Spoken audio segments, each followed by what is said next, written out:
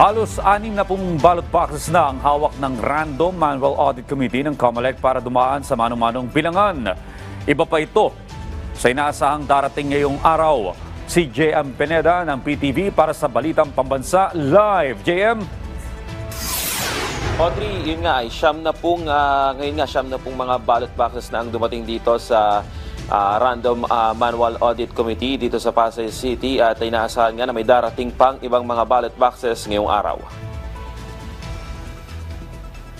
Nasa 15 mga lugar na nga nagpadala ng kanilang mga ballot boxes sa unang araw ng Random Manual Audit.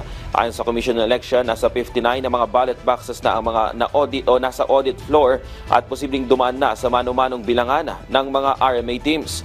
Kabilang nga sa mga lugar na nakapagdala na ng kanilang mga ballot boxes ay ang Mandaluyong, Caloocan, Muntinlupa, Ilocos Norte at Ilocos Sur, Nueva Vizcaya, Pasay, Las Piñas, Tarlac, Pateros, Navotas, Rizal, Makati, Ifugao at Pampanga. Inaasahan naman na darating ngayong araw ang mga ballot boxes mula sa Quezon City. Isa ito sa may pinakamalaking bilang ng botante sa NCR. Nasa 18 boxes nga ang ipapadala nila na isasalang sa mano-manong bilangan. Posible naman daw na ang ibang mga lugar sa Mindanao ay mahuli ng pagpapadala ng kanilang ballot boxes dahil sa mga schedule ng biyahe ng eroplano papunta dito sa Metro Manila. Nilinaw naman ng COMELEC na tanging mga senador, party list, congressman at mga mayor ang kasama sa mga bibilangin ng mga RMA teams.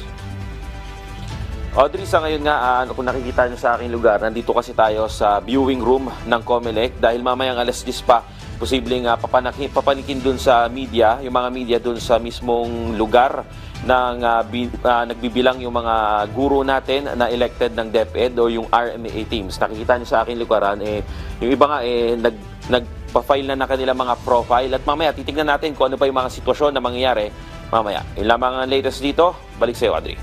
Maraming salamat, JM Pineda ng PTV.